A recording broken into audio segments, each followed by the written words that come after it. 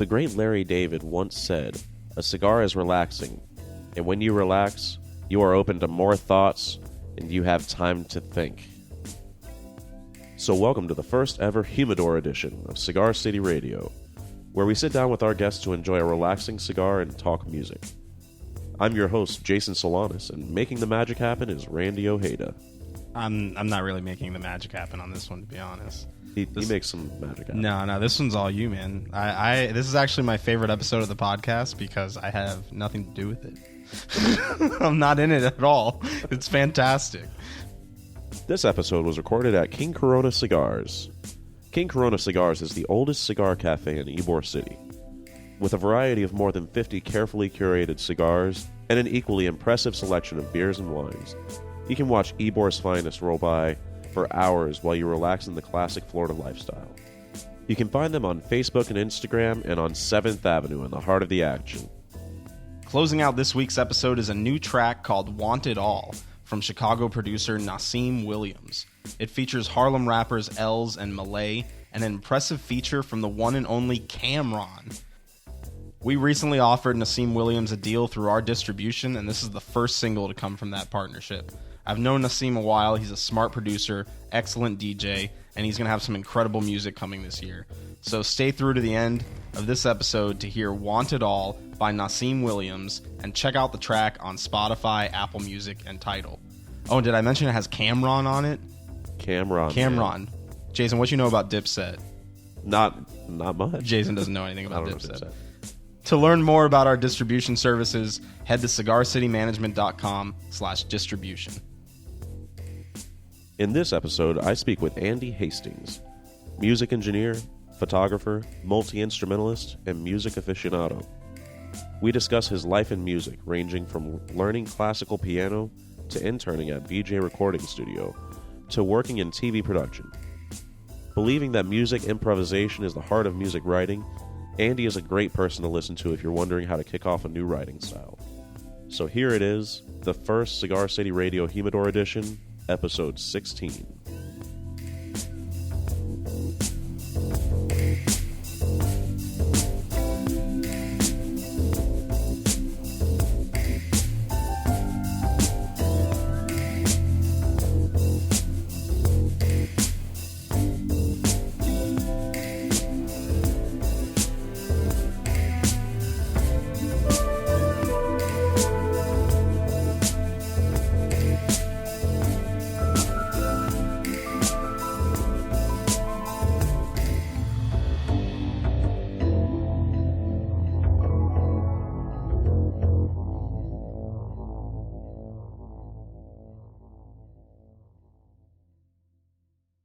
This is Andy. How's your night going, man? Hello, how are you? Good to be here, Jace. Yeah, man. Thanks for coming in. Thanks for inviting me in. I get to kick back, enjoy a smoke, enjoy some view. Yeah, man. It's for point of reference, it's about 2:45 in Ybor City, and we're sitting behind a window watching all the drunk people stroll by. The street is closed off, so they're just walking everywhere, and it's kind of a shit show. People don't understand how they're dressed, I think. As long as it's scanty, I really don't care. Let's start from the very beginning. Let's do a timeline thing. What was the first time you realized that you either wanted to be a musician or you wanted to be involved with music? Was there a turning point in your childhood and in your life that pointed you to that? For the most part, it all happened at the same time. About 5 years old, my mother gave me my first album, Tchaikovsky, and a turntable. Her twin sister gave me a little player piano. And their older sister gave me a CB radio that you had to put together in order to work. So with that, I just started experimenting on both sides. And it worked out well for everything except the CB radio. You couldn't figure out how to put it Which together? never went together. Yeah, well, fuck that. You know, it's like, okay, yeah, this is cool. I'll stick this here. I'll stick that in there. Pretty much like my sex life. And, you know, sometimes it works, sometimes it doesn't. it'll go here. Yeah, yeah. So did you learn how to play any Tchaikovsky on the little piano, or Never did you learned how- hear it and know that was like a direction that you wanted to take? That was a direction, because 3 years later, actually, I wouldn't even say it was 3 years later, it was maybe 2 years later, my father thought it'd be a great idea for me to start taking classical piano lessons. Yeah. So at 7, I started taking classical piano lessons.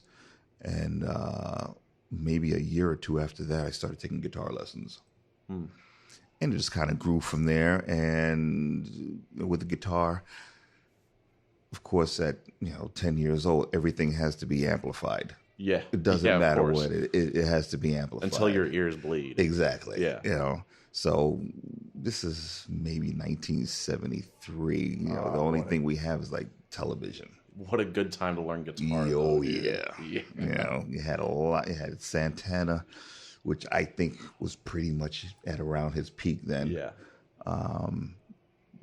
Of course, you still had some Jimi Hendrix running around. You had a Jimi Hendrix protege, Ernie Isley, playing with the Isley brothers. You don't hear Ernie Isley ever mentioned nowadays. Really you don't hear the hear Isley him. brothers Yeah. when people talk about funk, but not Ernie. Yeah, but Ernie was the other kind of jazz, soul, R&B guitar player. Yeah.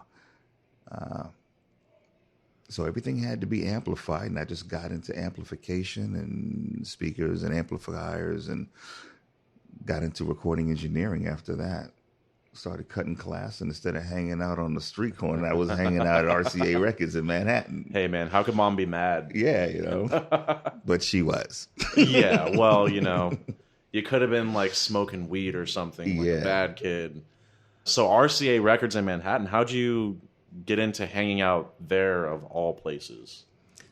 Running around Manhattan at about, I think I was like 16 years old at that point. And I was hanging out at Sam Ash Music. There was a neighborhood just off of Times Square. Actually, it was a street off Times Square, 48th, which was Terminal Music, Sam Ash, Alex Music, Manny's Music. They all were on that block. So you saw guys coming and going. There was Electro Harmonics as well. And they had a demo center there. Oh, God, yeah. And I'd walk around that area, and I stumbled onto RCA Records and hit the button to the elevator up. Started exploring. Ended up into a room where I saw some other musicians hanging out. And I just started asking them questions. I was like, dude, I want to know how to make a record. Yeah. And they're like, all right, cool.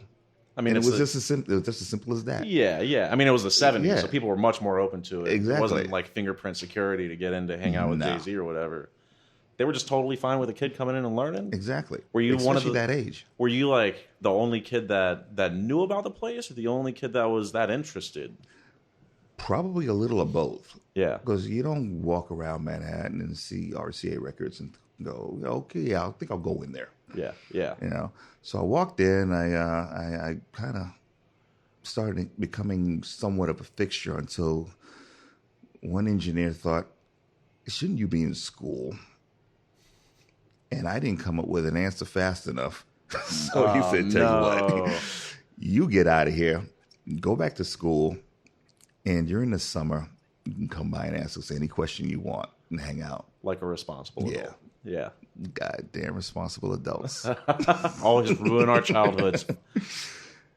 So it was cool. Did you come in contact with anyone in RCA that people would be interested in hearing about? Or are they all generally, as far as you know, underground? A lot of them were underground. There was one guy who became my mentor. And this was outside of RCA Records. And I can't remember his name to save my life. But I think he was the executive producer of Buck Rogers back then. In the 80s. No shit, dude. For those who remember Buck Rogers on television. Hell that was yeah, it, dude. So they made you go back to school, and you got to learn from them over the summers how to cut a record. Yeah. At what age did that stop and another part of your life start? So was it when you graduated high school, or were you forced? out of that in any way at any point? Actually, I was. It was during my last year of high school. We ended up moving from New York to Port Goddamn Charlotte, Florida, 1980. I was the youngest person in Port Charlotte. Damn, dude. By a long shot. Is that where people went to die? Yes, they still do. Have you visited? I have to visit. I still have a father lives down there. Yeah. And I go down and say hi and remind him that he moved me there. Yeah, but you didn't seem to come out worse for wear, at least. I made a deal with him, and he countered with another deal. I said, I want to go back to New York and go to Institute of Audio Research. He says, that's a nice, wonderful idea. How about this? You go to a college I can get to in a day, and I'll pay for it. And I said, you can get to New York in a day. He says, how about 3 hours? No, he sandbagged. He sandbagged you. Yeah, he did. That sucks. That was it. All right. Well, where'd you wind up going to college? Ended up going to Full Sail. Right on. And what was the technical study? What was your degree? Recording engineering, live sound reinforcement. Yeah. Minored in there was music law. Yeah. Little stuff like that. Oh yeah. We all wanted to be rock and rollers. Of course, man. Come at it from every angle of the industry. Yeah. So you go to school to become a rock and roller. It doesn't suck. No, that doesn't suck at all. Surrounded by a bunch of like-minded people. Yeah. Did a little intern over at BJ Recording Studio, which was around back then. Yeah, BJ was nice. Yeah? Yeah. What stuck out to you most about BJ? The Sphere Super Eclipse C board they had. Yeah. Which was wonderful board to play around with. Yeah. It was getting toward it was just before boards started to become automated, but they sounded really good. Got into Westlake speakers, Uri speakers, some stuff that was quite impressive for Florida. Yeah, cutting edge for Florida. Yeah. So what was so special about the C board? It was kind of logically laid out. Yeah. You didn't really have to search for a whole lot. Many boards, you have to have microscopic fingers to work. Yeah. This board was a very nice board. It sounded really good. It was a nice analog board, sounded good, and it was the first board that I really got a chance to play with. Yeah. I learned some stuff hanging out at RCA Records, but I didn't really get to play with the board. Yeah. So to be able to get hands-on with the board for me, this was like, it was like a new pair of boobs. So did you get to cut any records yourself at BJ? I did one demo. One demo? Yeah. Was it for yourself or for someone else? Actually, it was for my final. Oh, no shit. Yeah. All right. You had a couple of choices. You could cut another artist, mix their stuff, or record it. So I recorded a couple of other artists, and like hell, I'm in here from midnight until I did my own work. Yeah. So I did my own demo, and I still have it. No one's ever heard it. Is that how you would like to keep it? At this point, yes. Yeah. It was quite bad. Yeah, it sucks. Is it still quite bad, or have you been tinkering? Actually, I readdressed that particular song in my studio about a month ago. Yeah. Just to play around with it. So I'm going to take it to the next level. So do you have it? Do you have the stems digital, or no? It's still all analog. It's on a cassette. It's on an open reel as well. So are you going to try to break apart the tracks and fuck with it? Just I'm just going to leave that as it is and then just redo it as I would now. Hell yeah. Yeah. If you had to give it a number, how many songs have you recorded total in your life? Because I've always been curious about what that number would be for any given person. The bulk of the recording I did was probably in the last 15 years. I did a Navy stint for a while. I did 20 years in television engineering. And while I was in television, started doing some studio recording as well. So I'm probably inclined to say somewhere in the neighborhood of about 300. Yeah. Yeah, not a huge amount. Was it mostly you, or is it a healthy mix between you and others? Most of it is not me at all. Oh, shit. I really didn't start recording my own stuff until maybe 2 years ago. No kidding. Because I was busy doing everybody else's. Yeah. In between working the studio and working with the television station, I had no time for me. Yeah. Yeah. So I always had the ideas in my head, and I always kept them in my head, but I never actually put them down until maybe early this year or late last year. Yeah. Yeah. I think it'd be important for a lot of the young musicians and generally our listeners to understand how hard people work to make it in one way or another in this industry, whether it be TV, radio, production side, as a musician. People struggle their asses off to get anything done. So if can we start at the beginning of you doing TV and the progression of that through the studios? I started in TV when I walked into Fox Network and wanted to get a job as their audio engineer. They said, we don't even have a production department. Fox? Yeah. No. This particular Fox Network was What year was this station, and this station where? this was in Maine. In Maine. Portland, All right. Maine. Yeah. We don't even have a production department right now. But we like your resume. How would you like to do broadcast engineering? You work in the engineering department, pay for your school, all of this good stuff. I said, okay, yeah, let's do that.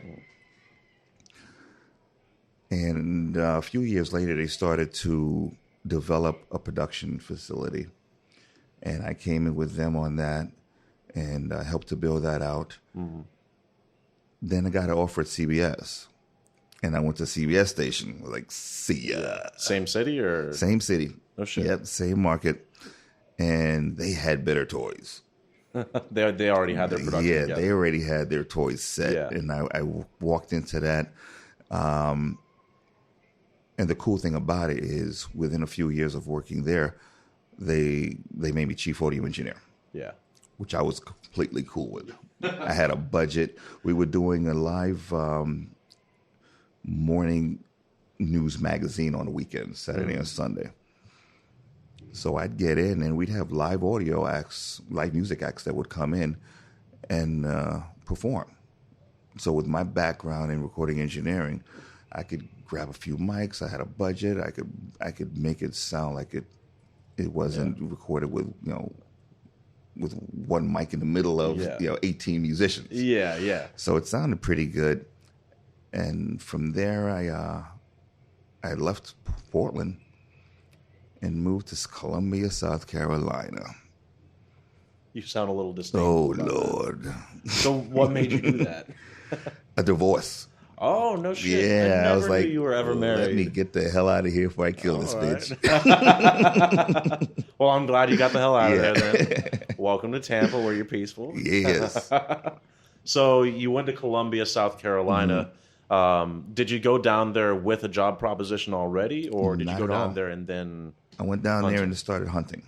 Yeah.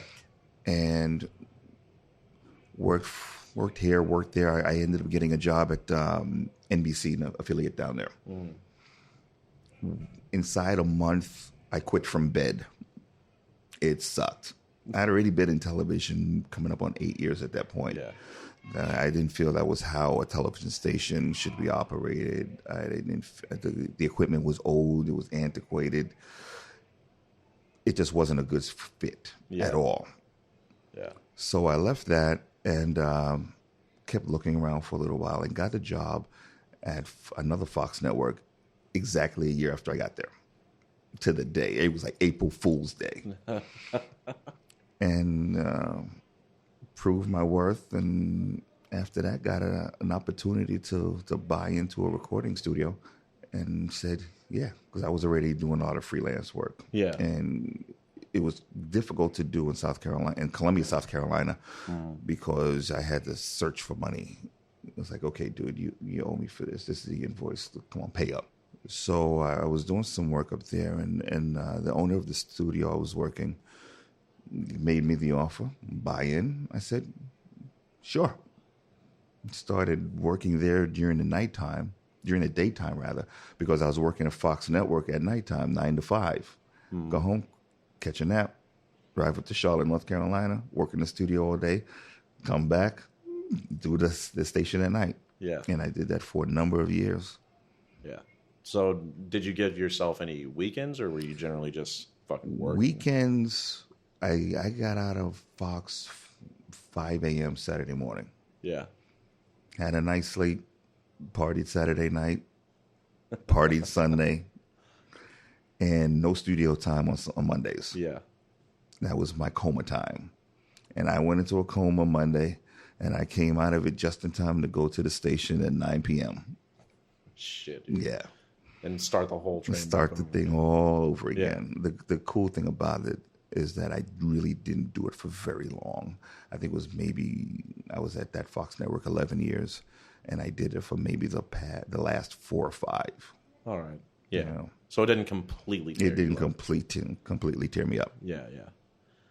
So what kind of stuff did you record at this studio? I mean, it being in North Carolina, in what year would this be now? This would probably be 2005 to 2010.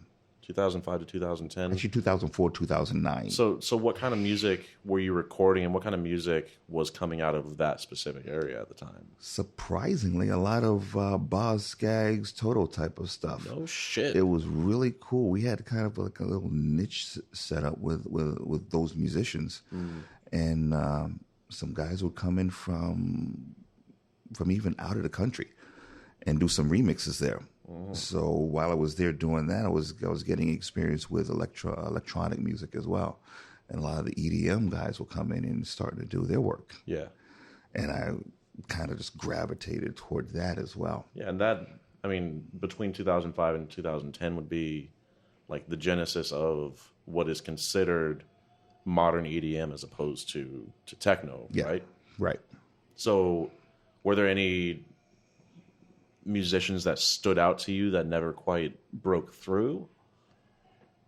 There were a few. There was a remix. Actually, it was a reimagining of "Don't Fear the Reaper" within a very wonderful electronic arrangement. That was just sophisticated, smooth, but it still had kind of that edge, a very Euro edge.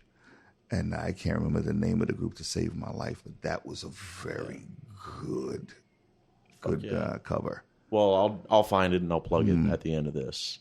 Well, right on. EDM out of the Carolinas. They totally didn't know unexpected. we were even there. Yeah, that's something else, man. Yeah.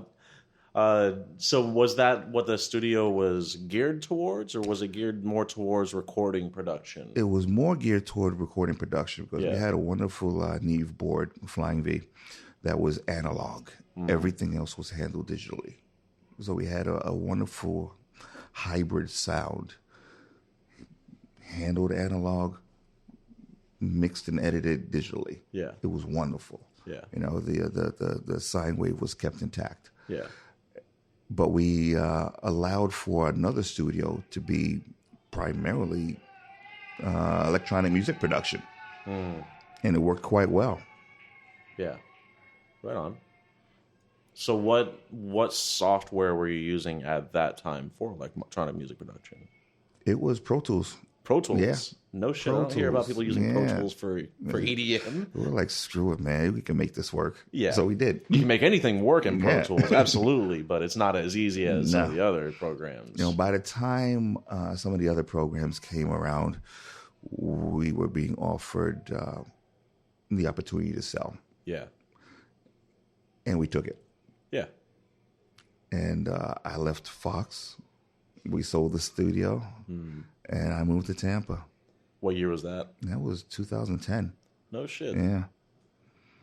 2010 came down here, started looking around, and found out that I was too long in the tooth to get back in television Because they would have, one guy just flat out told me in an interview, this is off the record, he says, what I'd have to pay you, I could get 5 full-timers because you've been in television 20 years. This market can't do that. Yeah, and there are a lot of 25-year-olds. There are a lot of interns that handle the work and part-timers that handle the rest. Yeah. Our full-timers are lifetimers. Yeah. When they die, we're not replacing them. Yeah. Well, damn, man, that blows. That blew big time. I'm sorry, dude. That sucked big time. Yeah. So knocked around a little bit longer. You know, I didn't have to really scrounge for money, and decided after a couple of family tragedies that I would just start recording my stuff. You know, and work through that. My mother died. 6 months later, my aunt died, her sister. Mm-hmm. So to work through all of that, I started getting my own gear and started recording my stuff. Right on. So and that's been about 2 or 3 years. Yeah. And it sucked? It sucked because I had to get used to new gear, new acoustics because I was doing it at my home, not in a proper studio. Get used to the software. Yeah.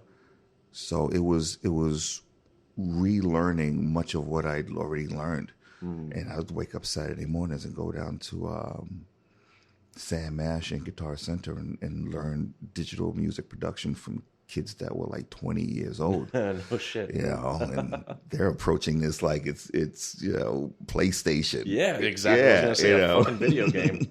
They could probably hook it up to a Nintendo controller and do just fine. Exactly. And I'm like old school trying to, wrap my head around what's going on now. But my sister used a word that I thought was perfect in her use, and it was basically remaining relevant.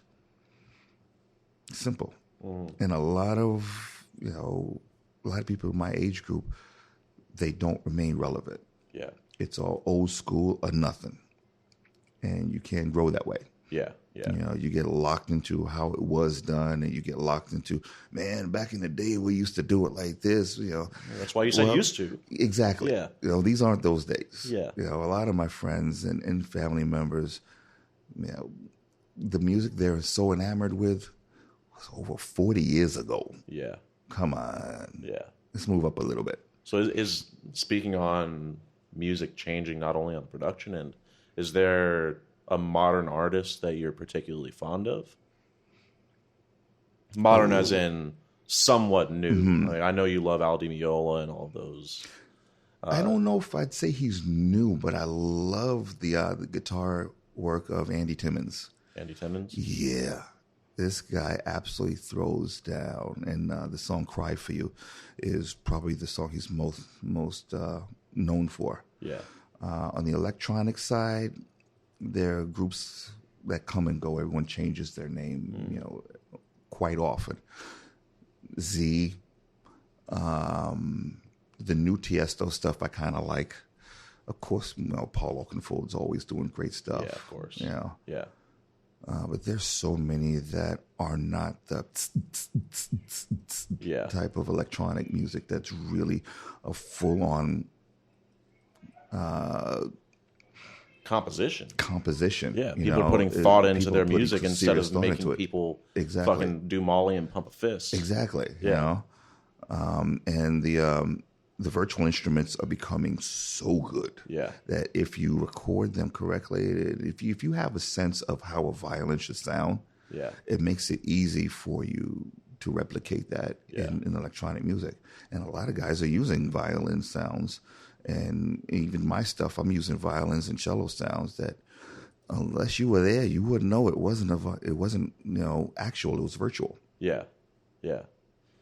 Speaking on the people that are stuck doing it old school, there are advantages to the analog old school way. And don't get me wrong, I'll never love the sound of a guitar played through a digital amp over a guitar played through a warm tube amp, but some of the merit of these producers that have been able to break through the modern age and learn how to use all of this modern technology to their advantage is now they have the experience of An analog guitar should sound like this.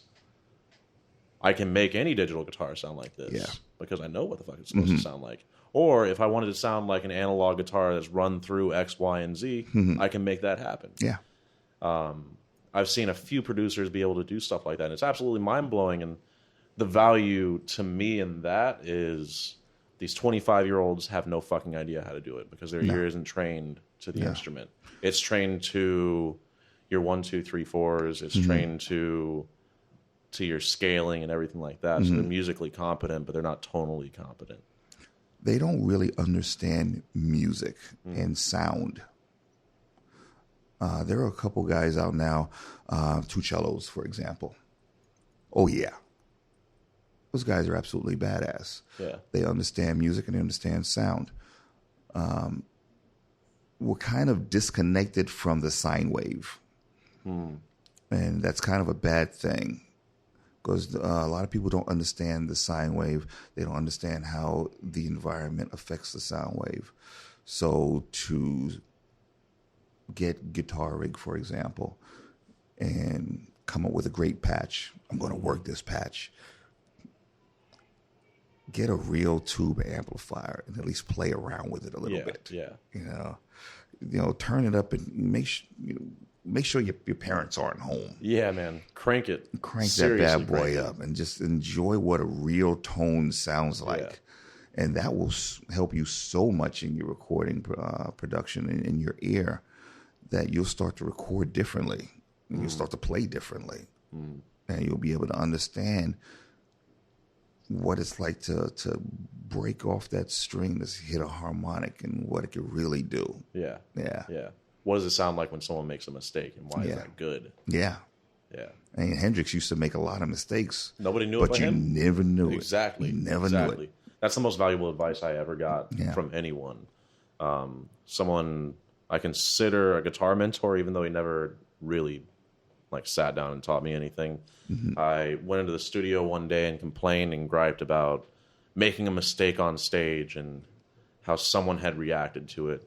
And he looked at me and said, if you see someone reacting to you making a mistake while you're playing live, you look them in the eyes and make the same fucking mistake. Now it's intentional. Yeah. So them looking surprised is them being an asshole. Fuck that person. Yeah.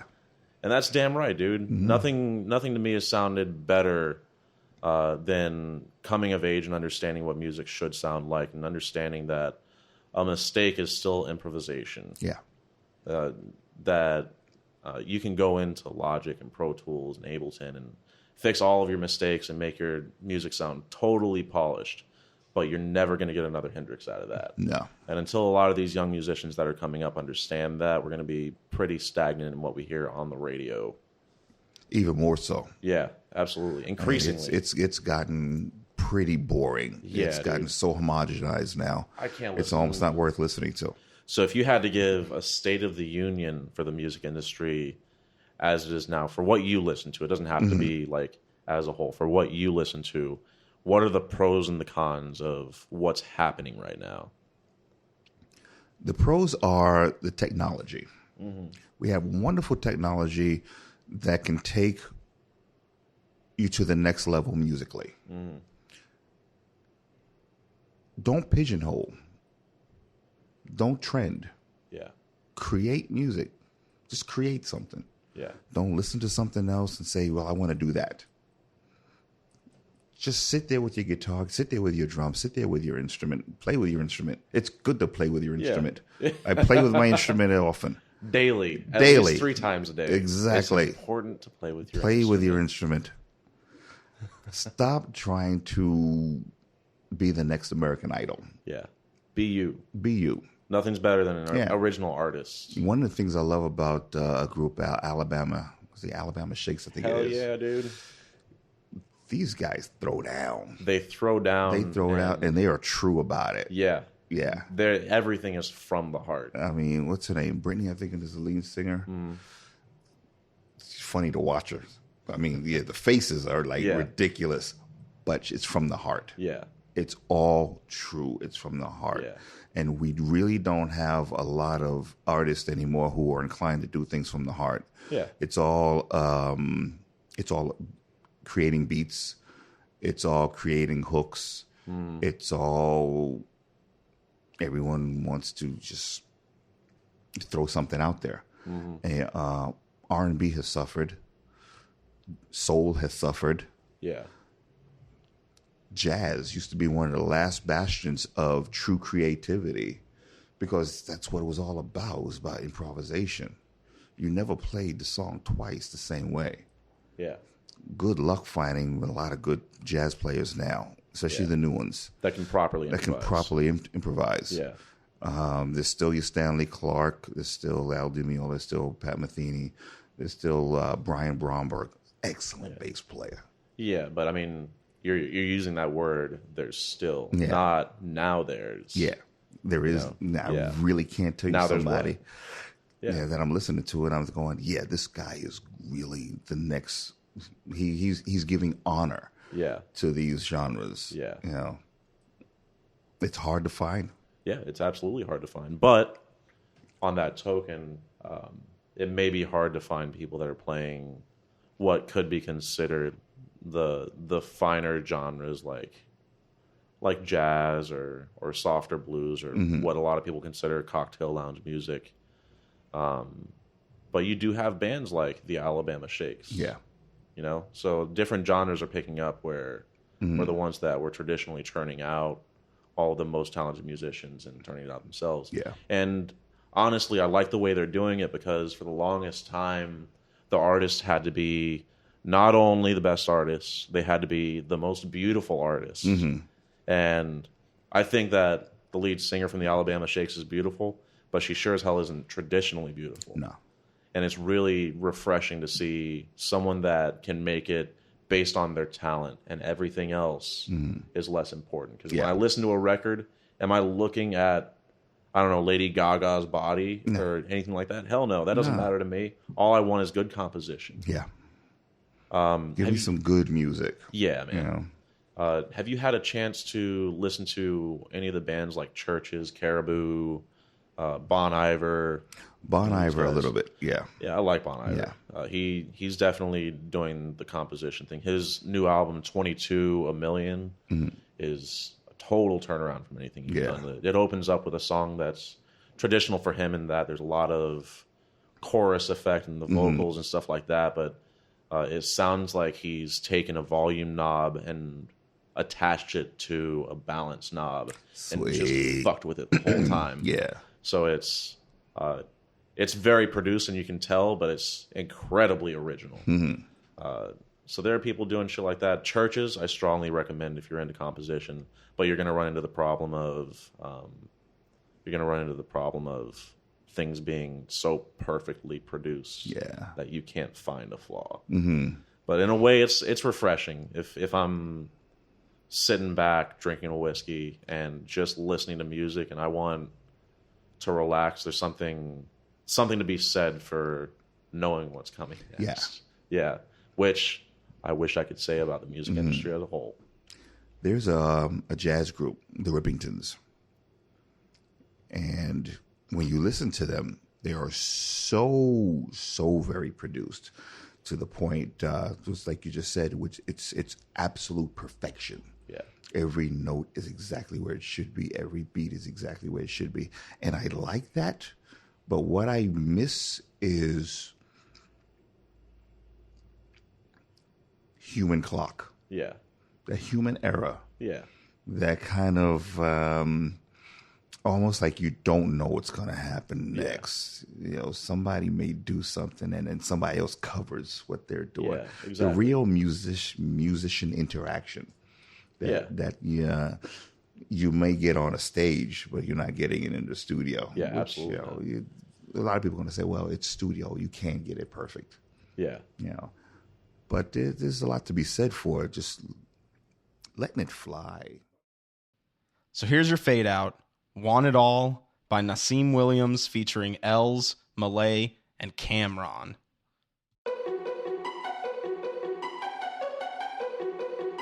Too nice?